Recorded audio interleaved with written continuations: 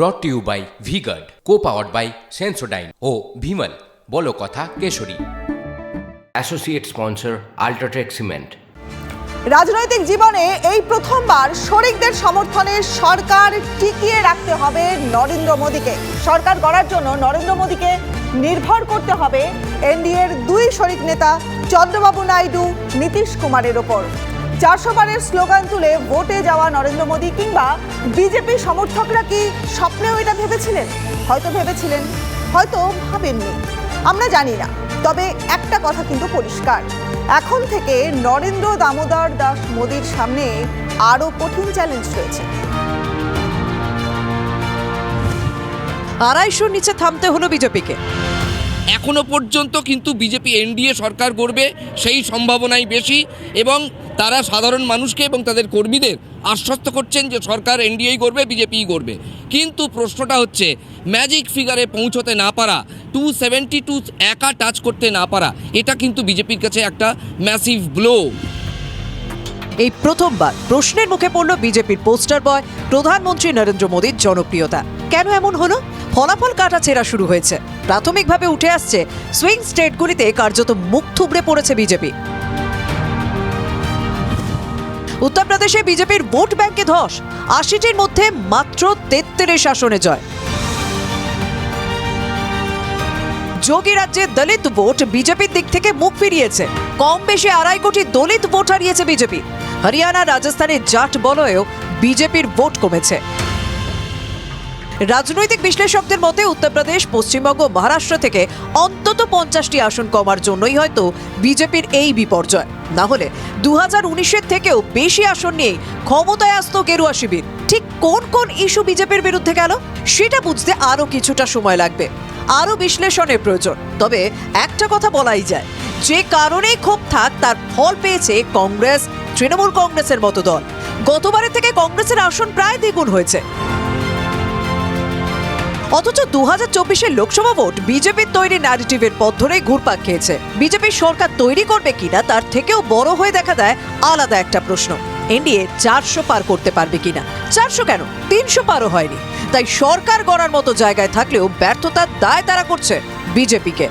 সেই ন্যারেটিভ মুখ থুবড়ে পড়েছে।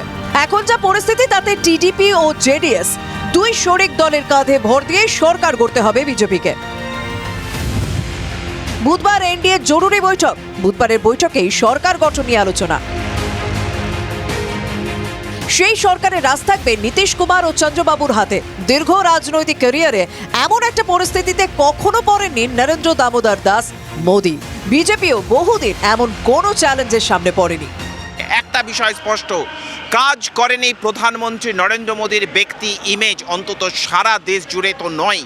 এবং খুব স্পষ্টভাবে রাম মন্দির তথা হিন্দুত্বের সেন্টিমেন্ট যেভাবে সারা দেশকে গ্রাস করবে বলে বিজেপি আশা করেছিল, সেই কাজও হয়নি। বরং রুটি রুজি, মানুষের কর্মসংস্থান, এই সবই সব থেকে বেশি মানুষের মধ্যে যে নাড়া দিয়েছে। এবং তার পাশাপাশি বিরোধীরা যে অভিযোগ করছে ইডি সিবিআই এর পদক্ষেপ, যেভাবে বিরোধী নেতাদের জেলে পোড়া হয়েছে, সব থেকে বড় কথা যেভাবে ক্রমশ কেন্দ্রীয় এজেন্সিগুলির তৎপরতা বেড়েছে, এবং তার পাশাপাশি যেভাবে সংখ্যাগরিষ্ঠতার জোরে একের পর এক সিদ্ধান্ত নিয়েছে সরকার, যার জেরে কৃষক থেকে শুরু করে সমাজের বিভিন্ন অংশ ক্রমশ এই সরকারের বিরুদ্ধে ক্ষিপ্ত হয়েছে, তারই খেসারতেই ফলে দিতে হচ্ছে বলে এই মুহূর্তে আপাতভাবে রাজনৈতিক মহলের ব্যাখ্যা। ফলত বিজেপির অন্দরের কাঁটাছেড়া আগামী দিনে কোথায় দাঁড়ায় আমাদের নজর থাকবে সেদিকেই।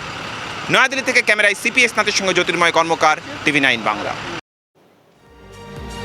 নেহেরুর রেকর্ড ছুঁলেন মোদী। পরপর 3 বার দিল্লির মসনদ দখল। নেহেরুর পর টানা 3 বার সরকার গড়ার পথে মোদী সরকার।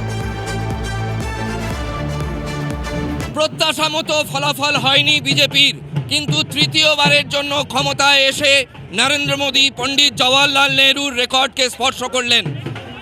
নরেন্দ্র মোদীর আগে জওয়াহরলাল নেহরুই ছিলেন একমাত্র প্রধানমন্ত্রী যার সরকার দিল্লির মসনদে পরপর 3 বার ক্ষমতায় এসেছিল। এই রেকর্ড স্পর্শ করার আলাদা আনন্দ এবং কীর্তি তো আছেই। যে জয়োল্লাসের ছবি বিজেপি সদর দপ্তরে দেখা যাচ্ছে, তার মধ্যে এই কীর্তির প্রতিফলন অবশ্যই আছে। ক্যামেরায় মাখন পাত্রের সঙ্গে রাজা চট্টোপাধ্যায়, TV9 বাংলা, নয়াদিল্লি। মানুষের আশীর্বাদ, ভালোবাসার ফল, কাজ দিয়ে প্রতিদানের চেষ্টা করব। দিল্লিতে অনেক জারি থাকবে জয়ের পর, বললেন যাদবপুরের প্রার্থী সায়নী ঘোষ। আমি এক্সিট পোলে বলেছিলাম, তোমার সাথে ভাঙড়ে দেখা হয়েছিল যে প্রায় 1.5 লাখ ভোটে তুমি জিতছো, প্রেডিকশন বলছে সেটাই মিললো, বেশি হলো বরং 2,58,000। 2,58,000 মানুষের আশীর্বাদ, ভালোবাসা, দুহাত ভরে মানুষ আশীর্বাদ করেছে, ভালোবেসেছে। এর প্রতিদান দেওয়া সম্ভব না, কাজের মধ্যে দিয়ে চেষ্টা করব কাজ করা। সিপিএম বারবার করে বলছিল যাদবপুরটা বামপন্থীদের, যাদবপুরটা তাদের, কোথাও দেখা গেল হাসি, এটা প্রতিক্রিয়া। সিপিএম নিয়ে কোনো বাক্য ব্যয় করলেন না সায়নী ঘোষ, অনির্বাণ গাঙ্গুলি, তিনি জাস্ট চলে গেলেন, আমরা দেখলাম। উনি এলেনই কবে? উনি তো চলে যাওয়ার জন্যই এসেছিলেন, ওনাকে কবে দেখতে পেয়েছে মানুষ? কখনো পন্ডিচেরিতে থাকে, কখনো দিল্লিতে থাকে, হয় না। দিল্লি থেকে যাদবপুরের হয়ে কি দাবি থাকবে? অনেক দাবি থাকবে, এই তো সবে খেলা শুরু হলো, দেখতে পাবে তোমরা। অরূপ বিশ্বাস রয়েছেন, আমার সাথে রয়েছেন। অরূপদা, যাদবপুর, টালিগঞ্জ, ভাঙড় সব জায়গা থেকেই তৃণমূল লিড পেয়েছে বিপুল পরিমাণে। মমতা বন্দ্যোপাধ্যায়ের উন্নয়ন, সেটাকে নিয়ে আমরা মানুষের কাছে পৌঁছেছি, আর সেই উন্নয়নে মানুষ দুহাত করে আশীর্বাদ করেছে, তাই আজকে আমরা জিতেছি। একেবারে অরূপ বিশ্বাস সায়নী ঘোষকে সঙ্গে নিয়ে তিনি কিন্তু কার্যত পরিক্রমায় বেরিয়েছেন এবং তিনি যেটা দাবি করছেন যে মমতা বন্দ্যোপাধ্যায় এবং অভিষেক বন্দ্যোপাধ্যায় এই জুটির জোরেই কিন্তু জয়ী হয়েছেন সায়নী। ক্যামেরায় সুদেবের সঙ্গে Suman, TV9 Bangla, Kolkata. Brought to you by VGuard, co-powered by Sensodyne ও ভিমল, বলো কথা কেশরী। Associate sponsor UltraTech cement.